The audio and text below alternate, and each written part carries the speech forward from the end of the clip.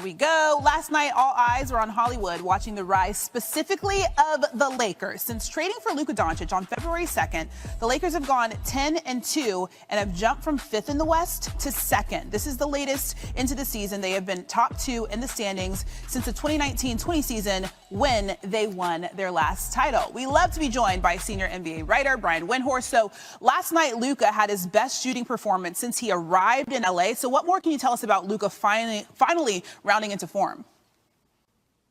Well, Christine, if you go back to the beginning of the season, remember, Luka missed all of training camp with a calf injury. And when he came and started the year with the Mavericks, he had some rough shooting games for the first 7 or 8 games. And he shot a lot more with the Mavericks than he did with the Lakers. So he had the points, but he didn't shoot the ball great. Well, then about the 8th, 9th, 10th game, then all of a sudden you saw the normal Luka emerge. Guess what? He misses 6 weeks with the calf injury. He's a little bit rough, especially from long range for the first 7, 8 games. Last night, look at what you got. The last 2 games, this weekend little series against the Clippers, 31 points and 29 points.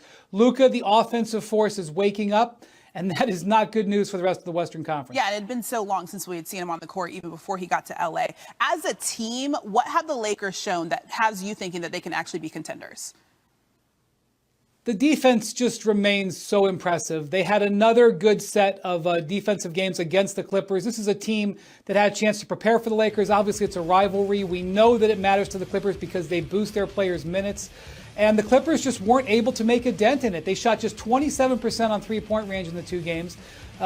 Even though Ivica Zubac had a really good game against the small interior on Friday, and Kawhi Leonard had his best offensive game of the season on Sunday, we still saw the Lakers really win the game at the defensive end. And that's without 2 starters playing. If they continue to play defense like this, they're going to stay in that number 2 seed.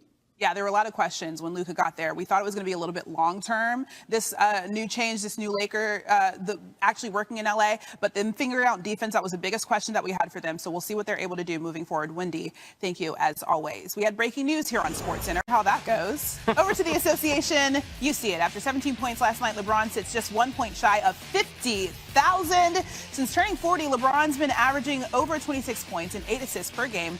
Both top 10 in the league. The Lakers are also 20-8 in that span, which is the 3rd best record in the association. With us now is sports betting analyst Tyler Fulgham and senior NBA writer Brian Windhorst. All right, Tyler, LeBron James, MVP, his 5th. Right. What can you tell us from a betting perspective about the possibility of that happening? From a betting perspective, the possibility, according to the sports books, is essentially 0% chance, Christine. He's not even listed at ESPN Bet as an option right now. In fact, there are only 5 players in the NBA that you can bet on at this moment. You see SGA as the big favorite with Nikola Jokic right behind him. And then there are 3 long shots in Giannis, Jason Tatum, and Towns. LeBron was last available to bet on January 1st. So after the new year, for his birthday, they took him out of this market altogether. So, Wendy, I don't know if any of your colleagues in the media that have a vote are starting to start a narrative about LeBron potentially being an MVP candidate, but right now, he's not even an option. The betting markets are saying it's a 0% chance. And those betting markets are right. I don't agree with Karl Anthony Towns even being the highest Nick on the board. I think Jalen Brunson would be there, but this is, as the odds have identified, this is a 2-player race. I do think if the Lakers finish very strongly and get the number 2 seed, you could see LeBron sneak on to 5th place on some ballots, but that may be 4th, but that's as high as he's going. But he finished in the top 5 of the MVP, 15 out of 16 years at one point. So I don't think he's too worried about it. Also, he's 40 years old. Yeah. He's an old man right now. He's not worried about that. He's trying to win another the 40 and over championship. MVP for the league. That'd be a good one. Okay, so we can't figure out about what J.J. Redick has been doing in L.A. in his first year. So what is the betting market saying about his chances to win Coach of the Year? Yeah, now, unlike LeBron, you're saying there's a chance with J.J. Redick. Now, it's not a big chance because there are 2 names that are dominating this market. First is Kenny Atkinson, who is almost an even bigger favorite than SGA as an MVP. However, since the Lakers started percolating as of late, more and more people are starting to wager on Redick. Take a look. When their win streak started, February 20th, he's gotten a quarter of all bets in this market and almost 20% of the money. Now, J.B. Bickerstaff has gotten more because Detroit's on a nice little heater of their own, and the expectations weren't as big for Detroit as they were for the Lakers. But people are starting to talk about it, and people are starting to actually bet it. His odds have fallen from 80-1 to now 50-1 in this market, or 60-1, I should say. So bottom line is, While there's no chance with LeBron, there's a very, very small chance with J.J. Redick, but at least there's a chance. Wendy, what do you think about that? Tyler, is there such a thing as a good value bet on any Lakers positive outcome? The money comes in on the Lakers from their fans, and you can even if you think that you're right, you can't get a good value on it. That's been my experience from an amateur perspective. What JJ is doing a great job, and I think he is working his way onto the back end of some ballots in third spot.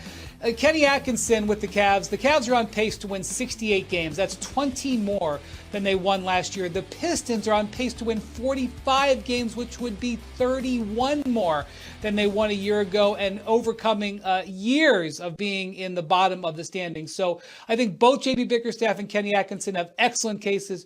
J.J. Redick is doing a great job and will probably have a good chance to finish third at best going forward. Wendy may not be a bettor, but he knows what he's talking about. Oh, of course, Wendy knows what he's talking about. We'll see what the Lakers end up doing as well. Wendy, Tyler, thank you so much. Is your shoe still squeaking? No, a little bit. His shoe's been squeaking. All right. Brian, is there a world where they could potentially get to the NBA Finals?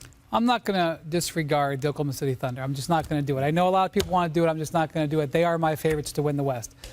However, what I really want to see here, and what has gotten me interested in the Lakers, is how well they're defending. JJ just talked about it. They've been the number one defense since January 15th, which is a lot to do with that Austin Reeves number 2. They're playing great defense. Now, what I'm expecting to see is teams start to game plan a little bit differently now that they've got to look at him. Well, the reason that they're so much better defensively, they traded for Dorian Finney-Smith, which will never be forgotten footnote this year, but that is turning out to be a very important acquisition.